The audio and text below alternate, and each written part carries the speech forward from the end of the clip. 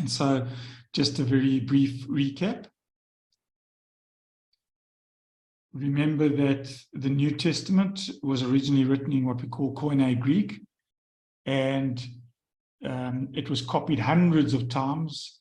And as careful as they were, occasionally scribes would make mistakes, didn't have the benefit as we have today of printing presses. And even with printing presses, you sometimes got mistakes, but obviously when things were handwritten, you did sometimes get errors. The beauty is because we've got so many copies, thousands of copies, it's pretty easy to pick up which manuscripts have errors and to correct those.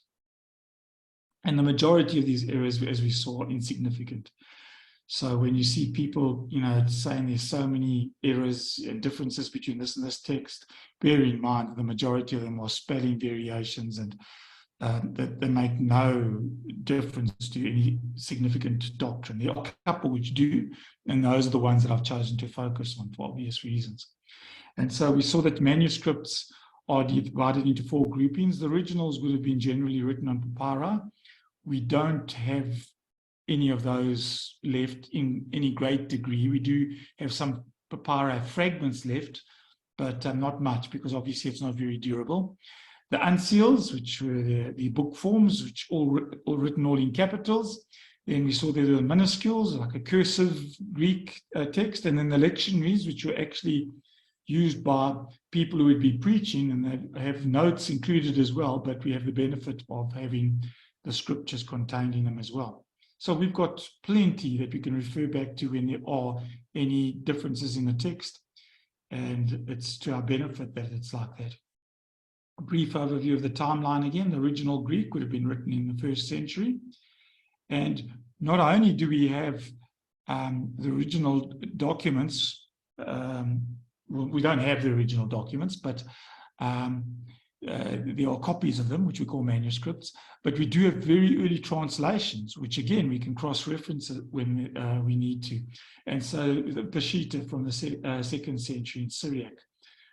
We find these early copies into Coptic, which is what was spoken in Egypt. The Latin versions, both the early Latin and the famous Latin version produced by Jerome called the Vulgate, which was used by the church for over 1,000 years. And then we find that there's family of texts, which we refer to as the minority text or the Alexandrian text. And there's another family of text called the majority text, or the Byzantine text, and there's big debate among scholars today as to which one is better, the minority text or the majority text.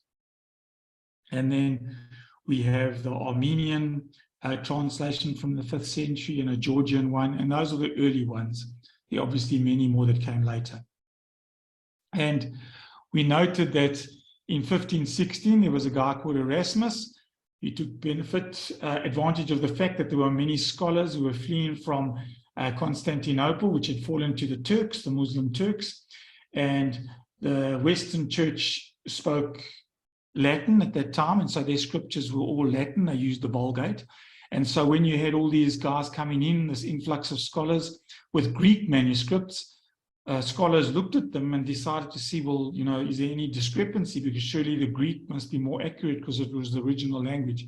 And so what Erasmus did is he put together a Greek text, and he used 7 manuscripts that he had available, but they were all dated from the 12th century or later.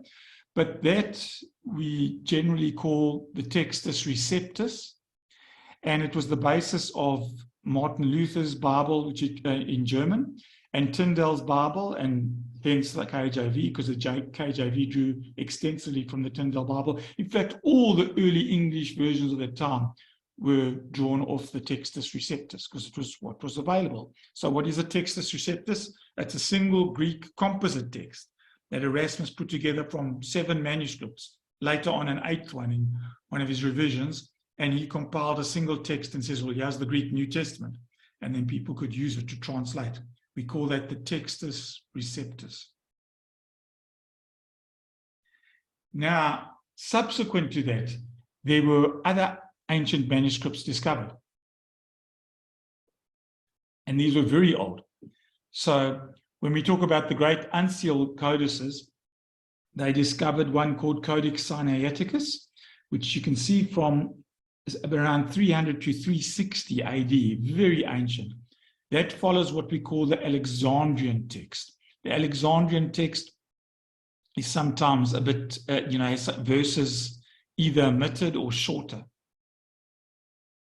Codex Vaticanus, also very ancient, and these were complete Bibles. They not only contained the Greek New Testament, they also had the Old Testament in Greek, which was what we call the Septuagint.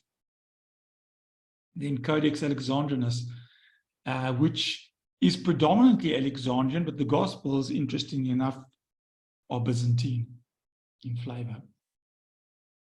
And then the other two important ones that are often referred to are the Codex Beza and the Codex Ephraemi Rescriptus or whatever, but you've got that in your previous notes. Now, let's just talk about the minority text. The minority text we refer to as the Alexandrian text type. Why? Because most of those texts we found in Northern Africa, where Alexandria is, in Egypt. And we've got the smallest number of surviving Greek manuscripts, only about 45. That's why we call them the minority text. So what do they have in their favor? In their favor, they are the oldest manuscripts, the earliest date from the 3rd century. So generally, when you see footnotes in your Bible that say the most reliable manuscripts, they're referring to these ones because they believe that older is better. And because they're the most ancient that we have, therefore they're the most reliable. There are others who debate that. You'll find that the majority of modern translations use the minority text. So they use a text that wasn't available to Erasmus when he compiled his Textus Receptus, which was used in the KJV, and hence why there are sometimes some differences. Westcott and Hort were two scholars who in the 19th century decided to put a new Greek New Testament together, an updated one. And so the Westcott-Hort text was compiled, but they also included all these manuscripts that were not available to Erasmus. And in particular, they favored two old ones, Vaticanus and Sinaiticus. So whenever there was discrepancies, they referred back to these two very old Alexandrian minority texts because they said they're older, therefore they must be more reliable. And the English Revised Version and American Standard Version were very much drawn off the Westcott-Hort text. The majority of Bibles today, English Bibles, use the Nestle-Aland. The Nestle-Aland is sometimes referred to as the UBS. It's exactly the same thing, okay? And they're the two guys who are primarily responsible for putting together the text, although it is, going under a revision all the time. We're currently in 28, revision 28 of the Nestle text. And these texts are also primarily Alexandrian. They favor the older texts, which are sometimes slightly shorter in places. And so, as an overview, you can look there that the Alexandrian texts that we got there are generally older. The Western text, we said we don't pay too much attention to because it's generally regarded as being very extensive paraphrase. It's in certain stages, so we're not too interested in that. And the Byzantine, not as old, but also very ancient. But the Byzantine, we have much more. 80% of the surviving manuscripts, over 5,000 are Byzantine. So those who favor the Byzantine text, like myself, will say, yes, they're not the oldest, but 80% of the manuscripts we have got, are Byzantine in flavor. And the Byzantine text is very, very similar to the Textus Receptus, which was what Erasmus put together and which the King James is based on. They're not identical. So some people confuse them. The King James is not based on the majority text. It's based on Textus Receptus. But Textus Receptus, the majority text, are very similar. But the majority of translations don't use that. They use the minority text, the Alexandrian. And so just a brief overview of some Bibles you might be familiar with. Well, Tyndale was the first English Bible, and the King James is a very early one. They used the Textus Receptus because it's what was available at the time. The Douay-Rheims, which was also produced at the same time, was a Catholic Bible, but they used the Vulgate, the Latin. Then you can see all those ones there in red. I've put there because they use an Alexandrian text, either Westcott Hort or the newer ones, Nestle Aland. So if you think of very popular Bibles today, like the New American Standard, the NIV, the New Living Translation, the ESV, they all use the Nestle Aland. But there are some folk who prefer the majority text. The majority text is now based on these thousands of texts we've subsequently found, over 5,000, that although they're not as old as the Alexandrian, they're certainly more numerous, and they're also in better agreement. They're very similar. And so the New King James Version and the World English Bible use the majority text. So if you want to ever see differences between the majority text and the minority text, it's good to have a New King James or World English Bible. World English Bible, you won't get a printed copy. It's an internet-only version. And so let's continue.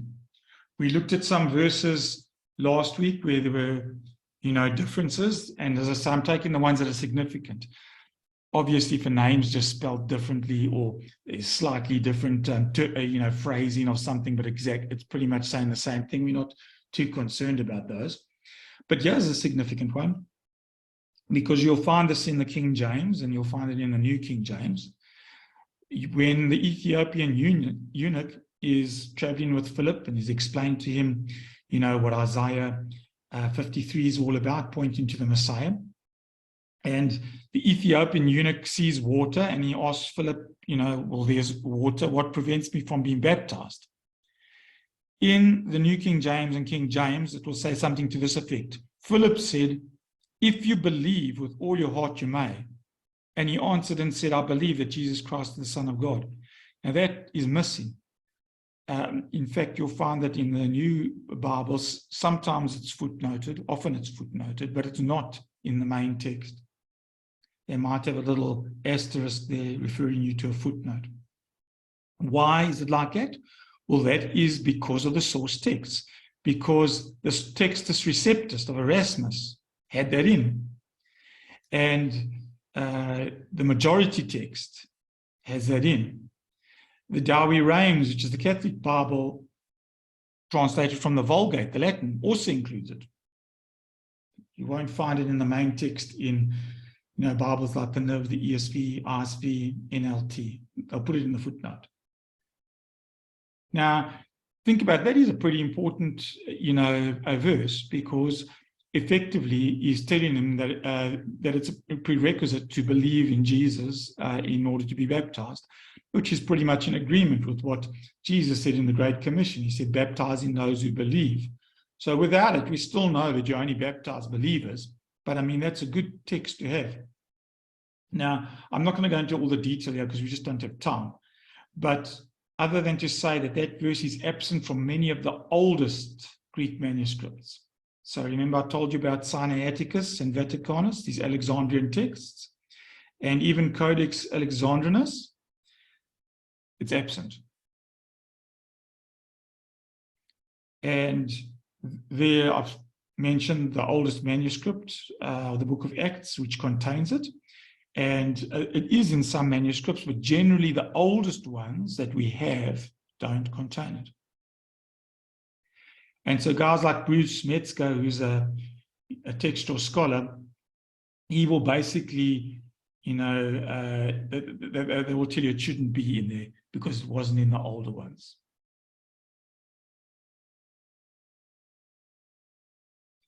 So what is the argument if you believe that it should be included? Remember I told you and I went into this with an open mind. When I've looked at these contested verses, I'm pretty much convinced that there's a far stronger case for their inclusion. The argument against it is modern scholars generally will tell you it's not in the oldest ones we have, and therefore it must have been inserted later. Well, the counter argument is, remember, we also have the writings of the church fathers. And these were Christians who were writing in the 2nd century, the 3rd century. So in other words, they were writing before the earliest Alexandrian text we have. So the earliest Alexandrian texts we have are predated by the writings of the church fathers. So if you're saying that oldest is best, you'll have to explain why a guy like Irenaeus, who wrote in the 2nd century, would quote that verse, and why a church leader like Cyprian, who lived in the 3rd century, quotes it. If your argument is it wasn't in, the book of Acts, and it was added, sometime after the 4th century, how could it be that people living in the 2nd century and the 3rd century quote it? So the counter argument that I would use is, well, there must have been, texts available in their days in the 2nd century, 3rd century, which included it. So you can't say, well, it's not in the oldest Alexandrian text, and therefore it wasn't in the original text of Acts. Not a good argument. And there I'm mentioning some other early church fathers who all quoted this verse that supposedly was inserted later. Jerome, when he translated the Latin Bible in the 4th century, what did he translate it from? He translated it from New Testament Greek texts that he had, and yet he includes it. And so, although it's not found in many of the oldest Greek manuscripts we have today, it was clearly contained in manuscripts older than any we have that the church fathers had access to. So it's a bad argument that's used to say it wasn't in, Codex Alexandrinus, or it wasn't in Vaticanus or Sinaiticus, and they're the oldest ones we got, therefore they must have been added later because the church fathers are quoting it. So maybe the verse wasn't added, but deleted. Now, deletion could be accidental. Remember, I told you, it is possible for a scribe to accidentally delete a verse. It's not possible to accidentally add a verse. So if you're going to make the argument was added, you've got to see something that's a bit malicious, because here you have a scribe who's adding to the word of God. Deleting, it could be accidental, which is not necessarily malicious. It could be carelessness, accidental. But why would a scribe wish to delete it? Let's assume it wasn't accidental, that someone deliberately left it out. Well, it is possible because there was a belief that was becoming predominant in the church at that time that baptism should not immediately follow conversion. They felt that you had to wait quite a long time before you actually got baptized. In fact, some people actually delayed their baptism until they died, because they had this idea that baptism literally washed your sins away. So they figured, let's not take a chance. Let's get baptized just before I'm about to die, and then we'll wash all my sins away and I die with a clean slate. Well, that would make sense. Why would someone would want to leave that verse out? Okay, so it's possible that it was left out deliberately. It could have been accidental, but you can't argue that it was accidentally inserted.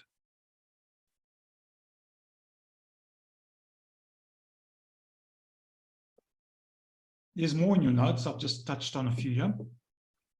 When Jesus is asked by the disciples why they were unable to drive the demon out of the boy. Remember, Jesus is on the mountain with 3 of his disciples, Peter, James, and John, Mount of Transfiguration. He comes down, the disciples not able to drive a demon out. Jesus drives the demon out. They come and ask him, why couldn't we drive the demon out?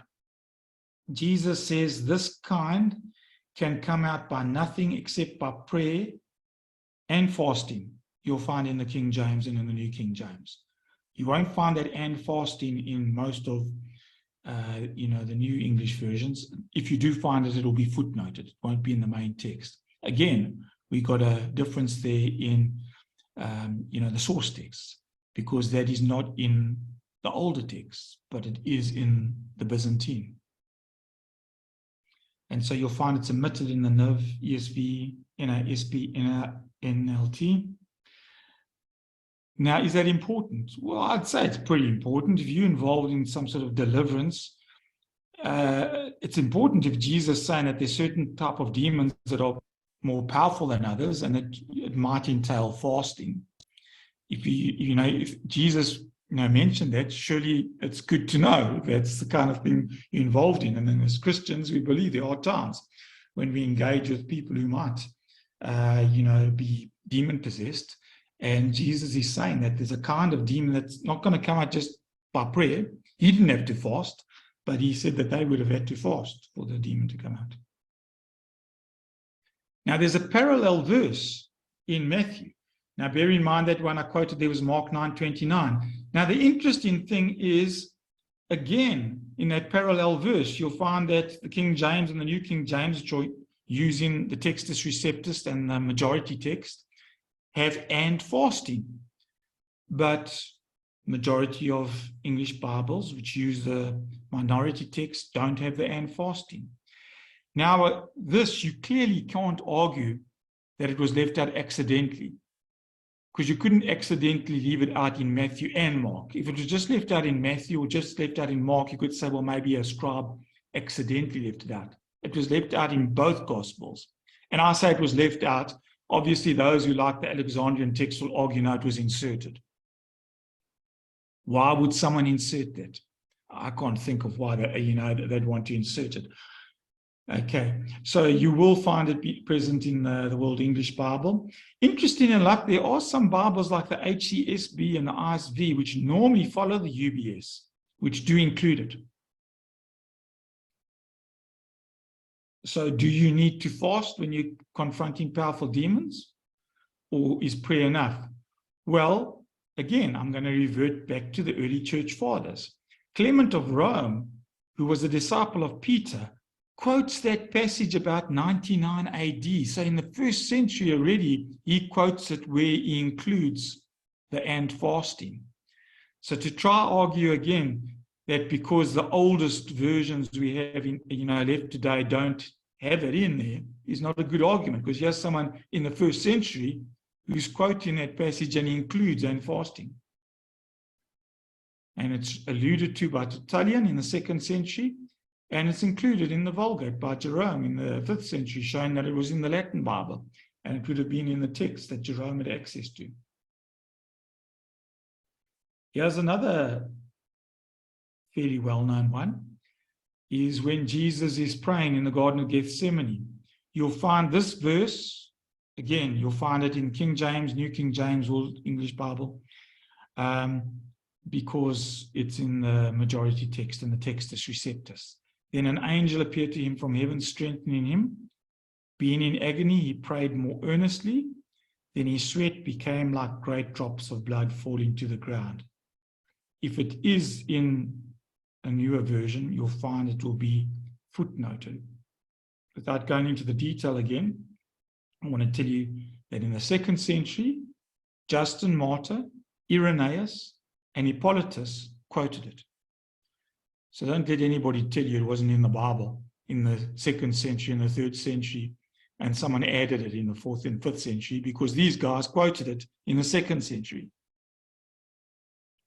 So my belief is it was omitted, either accidentally or intentionally for whatever reason.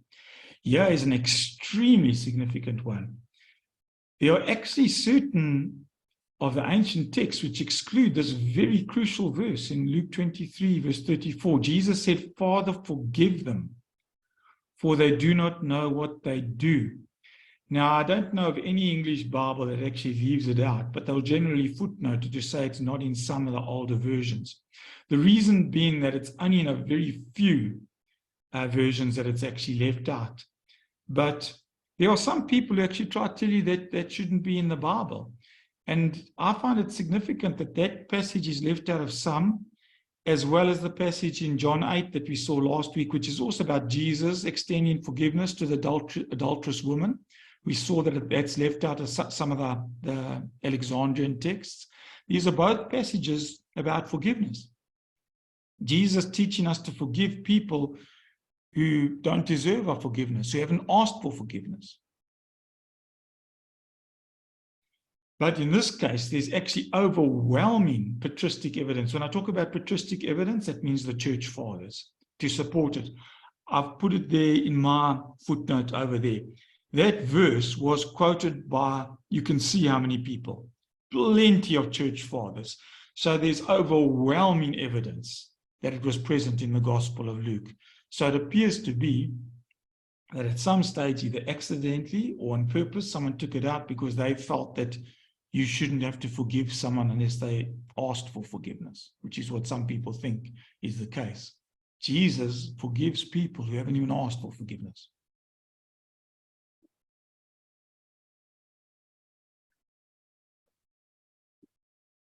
Here's another fairly well-known passage.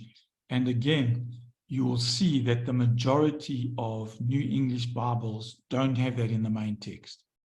They were typically footnoted. So in the KJV, NKJV, it talks about this man who's at the pool, and it explains that the healing was due to an angel who troubled the water. You don't have that explanation in the Alexandrian text, or the majority of them, and so it's left out in some Bibles. Now, it's I won't say it's a crucial verse, but I mean it is explaining, why this guy was wanting to get into the pool and why he spent his time there. And you will find that there are certain Bibles like the HCSB and the ISV that include it, even though they normally follow the UBS. But most Bibles footnote it. The earliest manuscripts to admit it entirely are P66. When it's got a capital P, by the way, that's referring to a papyrus. So it will be a papyrus fragment, and P75 from the 3rd century. And without the verse, I mean, it kind of makes sense, but you're left wondering, well, why did this guy want to get into the pool? Why was he saying to Jesus, there's no one there to help me into the pool? That verse explains it was because there was this angel that, troubled the water, and, the first one in was healed. It was cited by Tertullian in the 3rd century.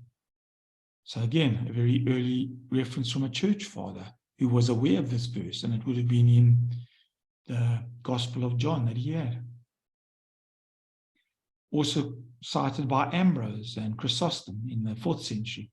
Now, some people try to tell us, well, this idea of healing water because of an angel sounds more like ancient superstition, and it's not really a biblical concept of miracles, so it's kind of out of place.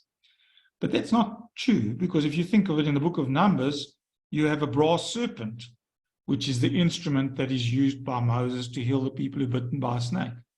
In Acts 19, verse 12, you find that handkerchiefs and aprons have healing properties, ones that have come into contact with Paul, and they take them to people who need healing and people who are possessed. So is it really out of, character, to have it mentioned that there's an angel that moved the water and there was some sort of a supernatural activity happening there? Not really. So I don't think that that's a very good argument. But again, my main argument would be, well, how could you have people, Christians, citing a verse that they tell us was only added later? And so when I've looked at these verses, in particular the ones I went through last week and these ones that I've just mentioned now, which people are saying, well, they actually shouldn't be in the Bible, or they're dubious, or they're not in the oldest manuscripts, I've actually found a stronger case for their inclusion. And the main argument, as I've told you repeatedly, is the fact that they're quoted by the church fathers before the oldest text that we have. And not only that, we find that they in the Byzantine manuscripts, which are 80% of our manuscripts, are in the majority texts.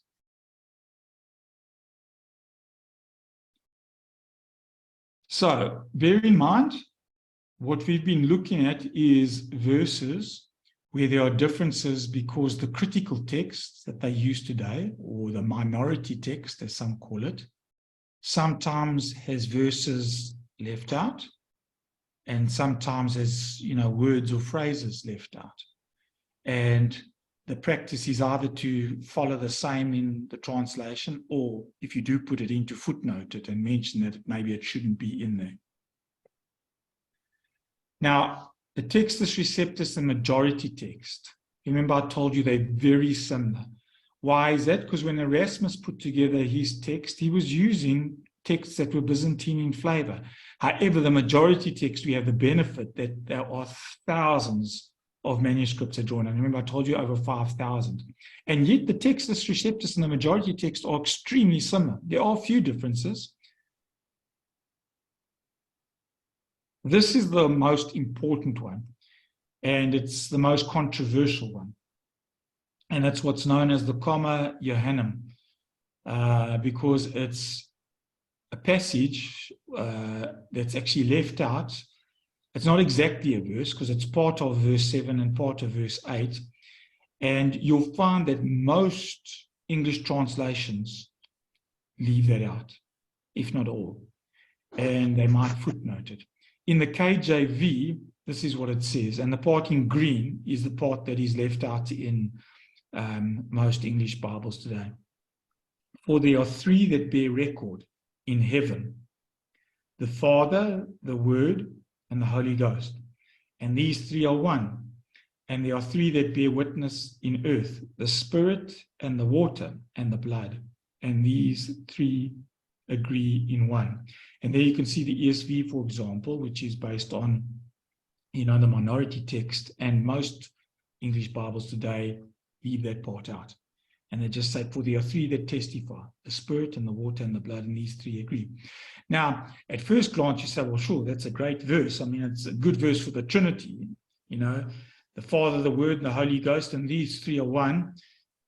But the point is, even without that verse, you can still prove the Trinity. There's plenty of verses on the Trinity. It is a nice verse, but I want to tell you that if you try to quote that verse to a Jehovah's Witness, they're going to immediately tell you, but that wasn't in the original text.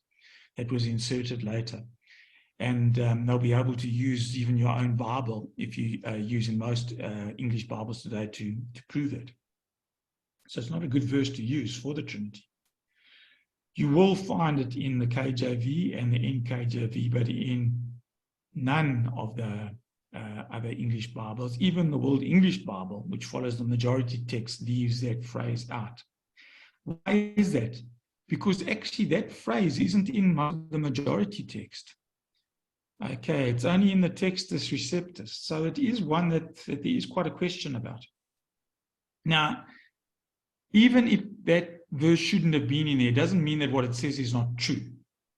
In fact, as I pointed out, you can deduce the substance of what it says about the Trinity from, the rest of the New Testament. But it's only found in 8 late Greek manuscripts from the 10th to the 16th century. And 5 of those actually have the words in a marginal note. So there's not a very strong case from the Greek manuscripts.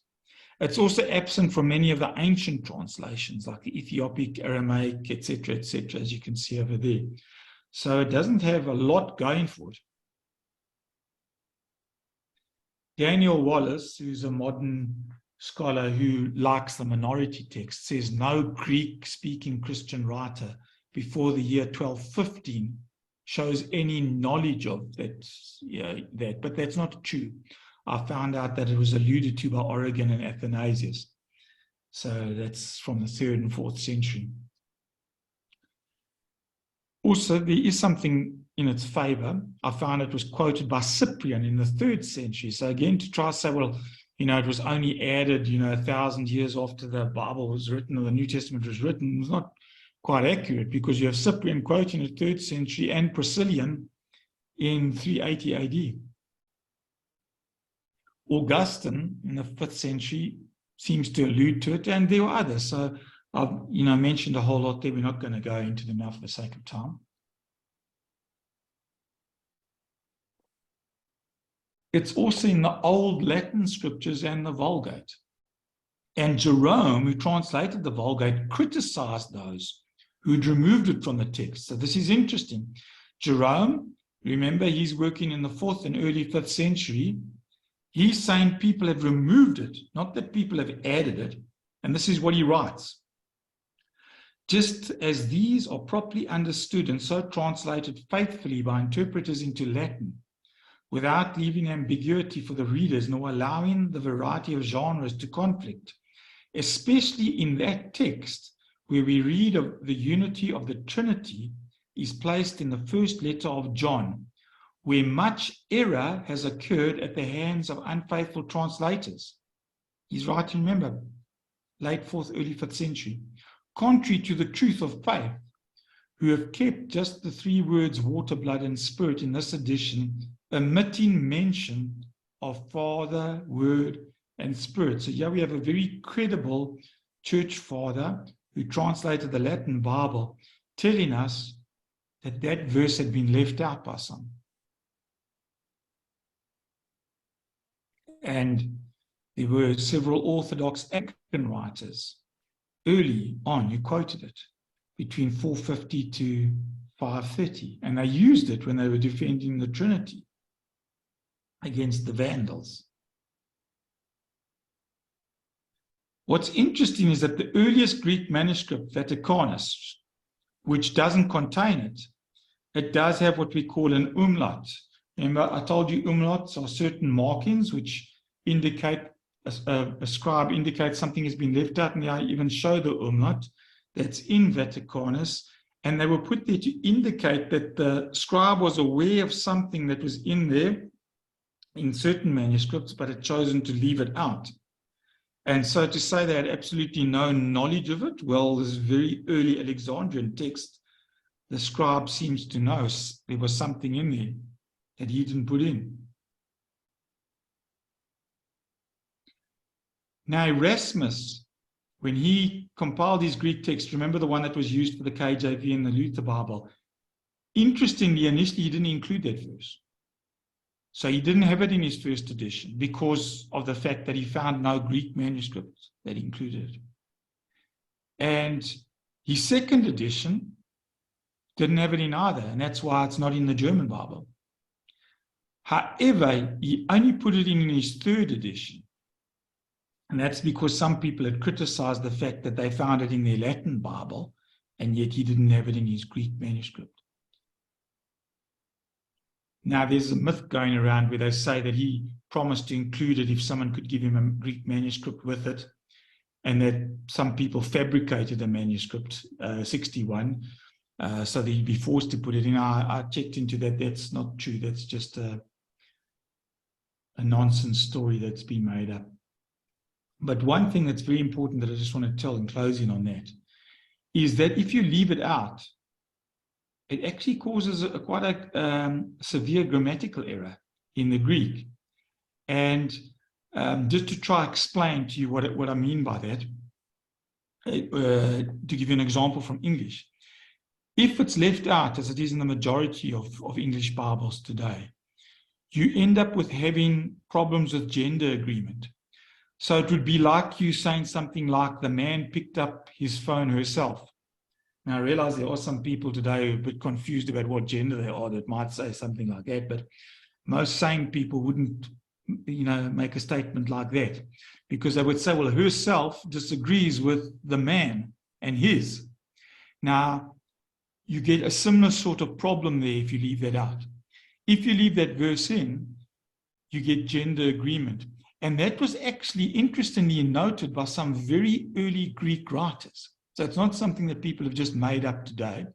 There were actually early Greek writers who weren't aware of that verse, who actually said, this is strange because this particular verse, there's not agreement in the genders.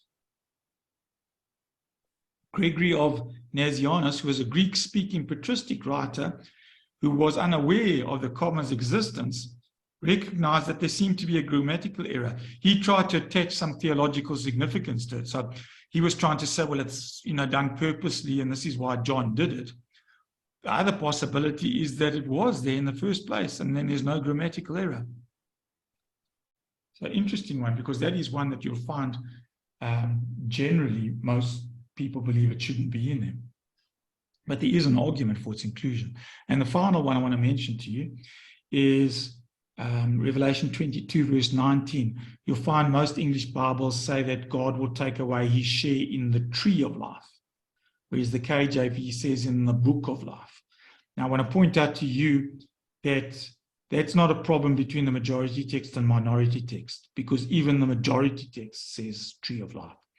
That is an interesting thing that you only get in the Textus Receptus. Remember, the Textus Receptus is normally pretty much the same as the majority text. That verse, not. Why? Now, that is because what happened is when Erasmus translated the New Testament, there was only one part of the Bible that he never had any manuscripts for, and that was right the end part of Revelation, which includes that. So he had Greek manuscripts for the entire New Testament, but the last few verses of Revelation, he had no Greek manuscript. So you know what he did? He said, well, I don't have a Greek manuscript. So he took the Latin Vulgate, which he had, and he back-worked it. Now remember, the Vulgate was a translation of the Greek, and he then back-worked it into Greek. And that's how that ended up in the Textus Receptus. But that's probably the one verse where you can actually say there's a very good argument. And again, it doesn't have great theological significance whether you're saying the tree of life or the book of life, to be honest, if you read it. But that is the one case where I believe that the KJV rendering is not accurate, because it's not what the majority text says or the minority text. And as I told you, it was backworked from the Latin Vulgate. And there's the explanation given by Erasmus as to why he did that, because he couldn't find a Greek manuscript for that part. So which is better, majority or minority? I just want to tell you up front, you get emails circulating and things on social media, and most of them are very poorly researched. And so I just want to tell you that when you come up with these things, or they tell you must only read the KJV and all other Bibles are inspired by Satan and it's a Catholic conspiracy, you know, generally the research is poor. So I've told you that I actually do favor the majority text. And in fact, I like the Textus Receptus. And I believe, as I've mentioned both this week and last week, that the contested verses is a much better argument for the Textus Receptus, which was used by the KJV, and the majority text, which is used by the NKJV and the World English Bible. But when you hear people making stupid statements like it's a Catholic conspiracy, and they'll tell you that the New English Bibles were basically deliberately corrupted by the Catholics, they don't know what they're talking about, because the New English Bibles are based on texts, remember, by Westcott and Hort, who are Protestants, and by Nestle Aland, who are Protestants. So the texts that have been used for these New English Bibles are not Catholic texts, they're Protestant texts.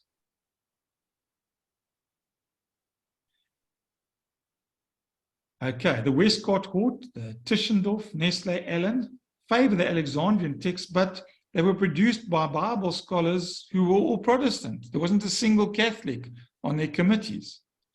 So don't get caught up into that nonsense. Not only that, if anybody tells me that, what I tell them is, are they aware that Erasmus, who produced the Greek text that was used in the KJV, was actually a Catholic? Now again, many people aren't aware that Erasmus was a Catholic. He was critical of the Catholic Church, but he remained a Catholic all his life, and he even had some heated exchanges with Luther. But he dedicated his Greek New Testament to the Pope, and it was the very same Pope who excommunicated Martin Luther. So don't try to see that these differences are something that we can point the finger at Catholics for. Why do they try to pick on the Catholics? Because they will say, well, these texts like Vaticanus and Sinaiticus were all found in Catholic monasteries. Well, again, that's ignorant statement. Because yes, they were, but so were all the texts. You didn't have the Protestant church around at that time. So every single text we got was reproduced by Catholic or Orthodox scholars. So the texts that we like, the majority texts, were also copied by Catholic scholars because there was no Protestant church at that time. So again, don't get caught up in silly arguments like that, which really just show ignorance.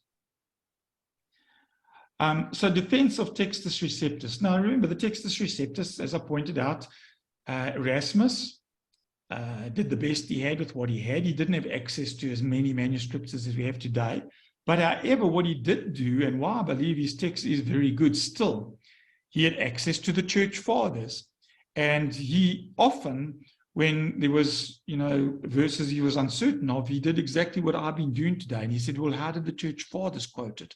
So effectively, he was going back to quotations, which we know date from the 2nd, 3rd, 4th century.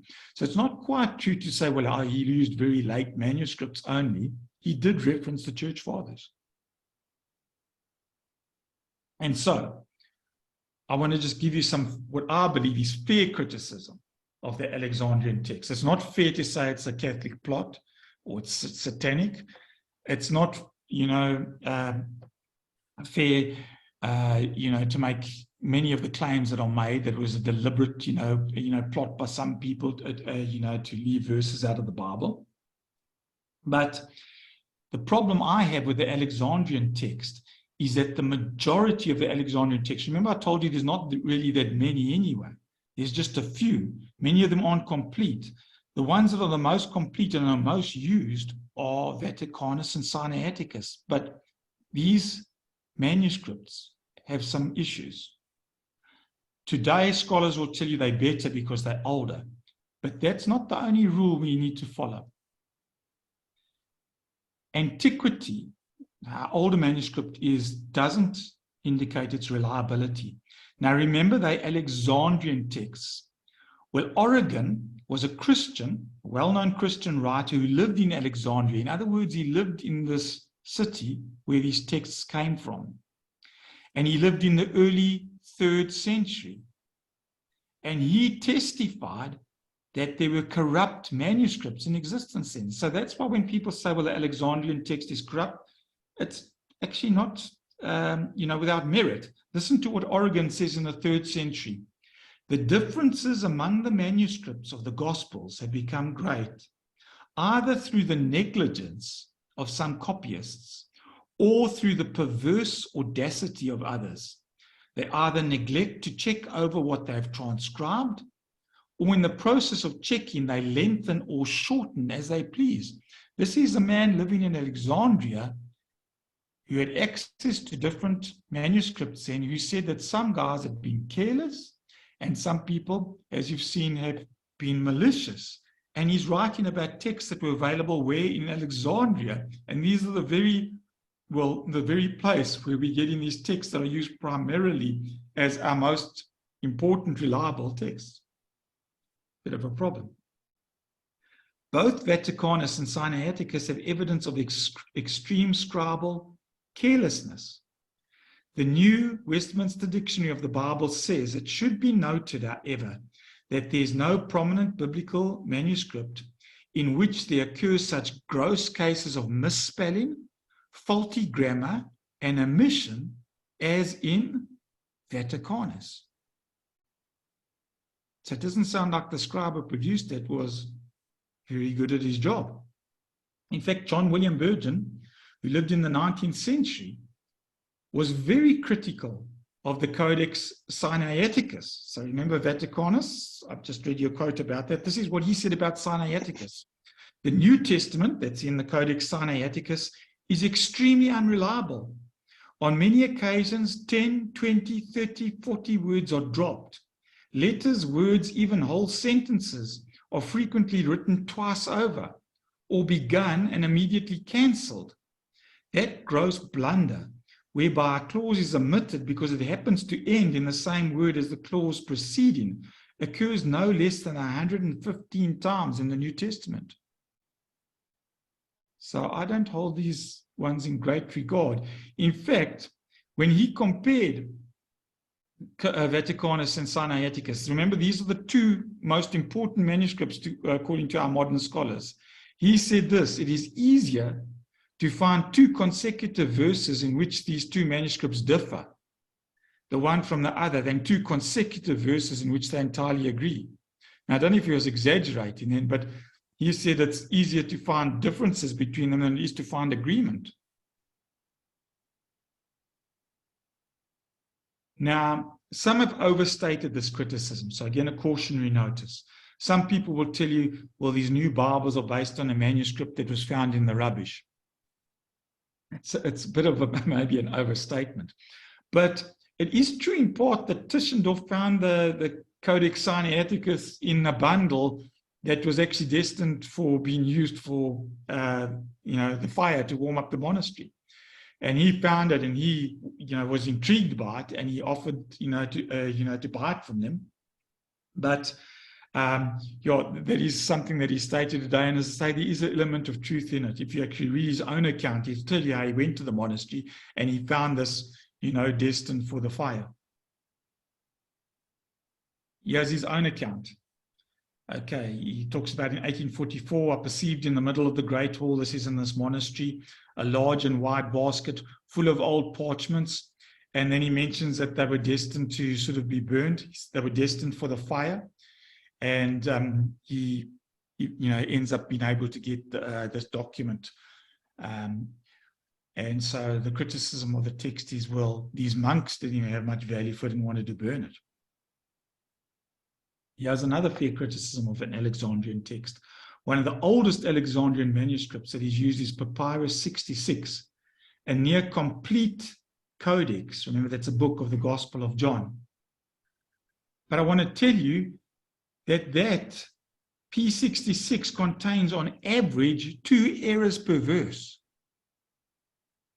It's actually speculated that the person who transcribed it didn't know Greek, because how could a person who knew Greek make so many mistakes? So they think that this person was copying from another manuscript, that they didn't understand Greek, so they were just doing it as if you were to copy that without understanding Greek. You would make a lot of mistakes because you don't know the language.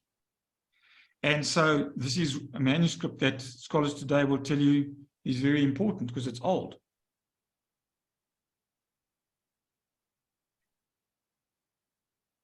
And so Westcott and Hort used the logic, if it's older, it's more reliable and it's better. But I don't believe that that's a good argument. Now, the Byzantine text, majority text, which is what the New King James is based on. And once again, I don't want to overemphasize the differences. We focused on some of the differences. The reality is 99 point whatever cases, things are actually identical. But there are some significant differences, and it's important that we're aware of those because sometimes they can affect doctrine, as we've seen. Now, the argument that will be used against you if you say, well, I like the Byzantine text, is I say, well, why don't we find it in the first 4 centuries? Well, one explanation that's been given is that the climate in Alexandria is much kinder to papyrus than the climate around Antioch, which is where you would find the Byzantine readings. So papyrus, which the earliest documents were written on, is generally preserved much better in Egypt because of the climate. So the fact that we don't have ones from the first 4 centuries, you could explain by the fact that they were in weather conditions that weren't favorable to the papyrus, because they had to have been there. How do we know that? Because the church fathers quoted them. You can't say the fact that we don't have them, they didn't exist then, because then how do you answer the criticism, well, how does Irenaeus and Justin Martyr quote passages that aren't in the Bible?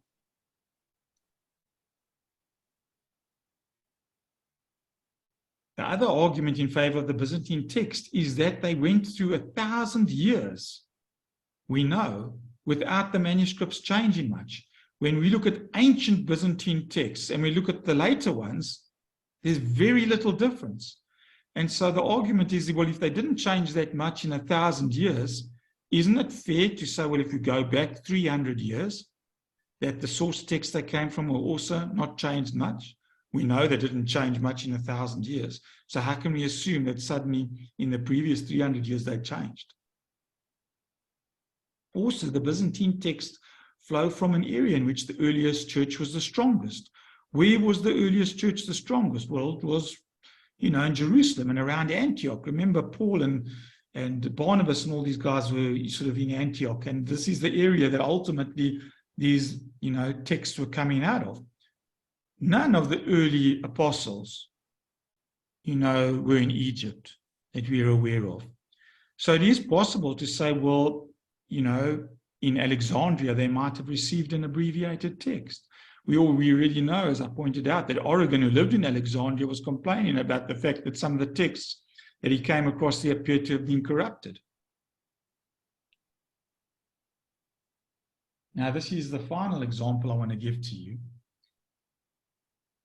Is Papyrus 75. This is a very recent discovery, relatively speaking. It was discovered in the 1950s, but it's actually dated to around 175 to 225 AD. In other words, this is one of the most ancient papyri that we have of the New Testament.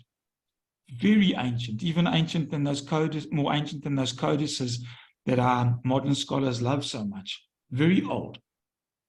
But it contains text in Luke from 318 onwards and goes all the way up to the beginning of John. And although there's some damage, what it gives us is something very important. The reason being is there's a lot of agreement in that papyrus with the majority text. Now, the argument that's used by modern scholars is, well, the minority text was the earlier one, and the majority text came later, and it was changed, and people inserted verses.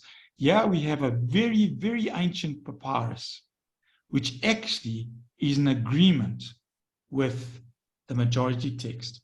How important is this manuscript? Well, how important do you think these phrases in Luke 24 are? Of the Lord Jesus, he is not here, but he has risen. Peter rose and ran to the tomb, stooping and looking in. He saw the linen cloths by themselves, and he went home marveling at what had happened. And there's others, all from this passage.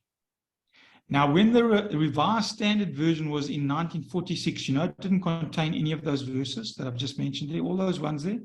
None of them in the Revised Standard Version. You know why? Westcott and Hort never had them in their Greek text. You know why? Because they said it's not in the oldest, most reliable Greek manuscripts. Interestingly, the Nestle Aland includes all of them. You know why? Because of this papyrus. Because if they'd never discovered this papyrus, people would still be telling you those verses shouldn't be in the Gospel of Luke. They were added later. But they found this papyrus, ancient one, and it had all these verses that Westcott and Hort told us shouldn't be in there. And so we know that Hort allowed a single Greek manuscript, the Codex Visa, with a few old Latin allies to become the deciding factor on those verses in Luke 24, and they left them all out of their Greek manuscript because they said they weren't in the most reliable versions. We know today that we have them in an extremely old manuscript. And Papyrus 75, when it was published, it was apparent that for the most part it had an Alexandrian text. But we find that surprisingly, those passages there in Luke 24, which were supposedly suspect or outright rejected by Westcott and Hort, were all in this ancient manuscript. And so, to wrap up, which is better, the Byzantine or the Alexandrian text? Well, I can tell you I'm not in agreement with the majority of modern scholars. Majority of modern scholars will tell you the Alexandrian critical text, the minority text, all different names for the same thing is better. And they will tell you it's because it's the oldest. I've already shown you the fact that it's oldest. Well, we know that the Byzantine was also ancient because even though we don't have the most ancient copies, we are quoted by church fathers who clearly had access to them. But however, just in wrapping up, I want to quote Dr. Daniel Wallace. He is actually a supporter of the critical text. Okay, I support the majority text. Okay, but yet he says here, to argue for the purity of the Byzantine stream, as opposed to the pollution introduced by the Alexandrian manuscripts, which, as I pointed out, there is evidence of, is to blow out of proportion what the differences between these two texts really are, both in quantity and quality. So he actually says that we've got to remember at the end of the day that the majority of these texts agree most of the time. And so even though, in my opinion, we do seem to have a corrupted Alexandrian text, it's not extremely corrupted. And so he says the majority text differs from the Textus Receptus in almost 2,000 places. That sounds like a lot. But he says, so the agreement is better than 99%. The majority text differs from the modern critical text in only about 6,500 places. In other words, the two texts agree almost 98% of the time. But then he says the vast majority of these differences are so minor that they neither show up in translation nor affect exegesis. In other words, it's very seldom that they'll actually affect any doctrine. And I've pointed out, as I said, the ones where they are important. And so just to wrap up, he says here, for over 250 years, New Testament scholars have argued that no textual variant affects any doctrine. Carson has gone so far as to state that nothing we believe to be doctrinally true and nothing we are commanded to do is in any way jeopardized by the variants. This is true for any textual tradition.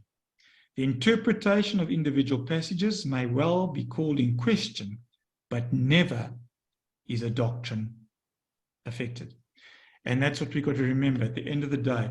If you read one of the new English Bibles, it's not like you're going to go to hell, as some people will tell you, or they're satanically inspired. I do agree that there are cases for the verses that I've mentioned, which are in the majority text in particular, that they should be there. And I do trust the majority text more for the reasons I've stated. However, I do not believe that the Alexandrian texts are satanic and a Catholic plot, once again, for the reasons that I've stated.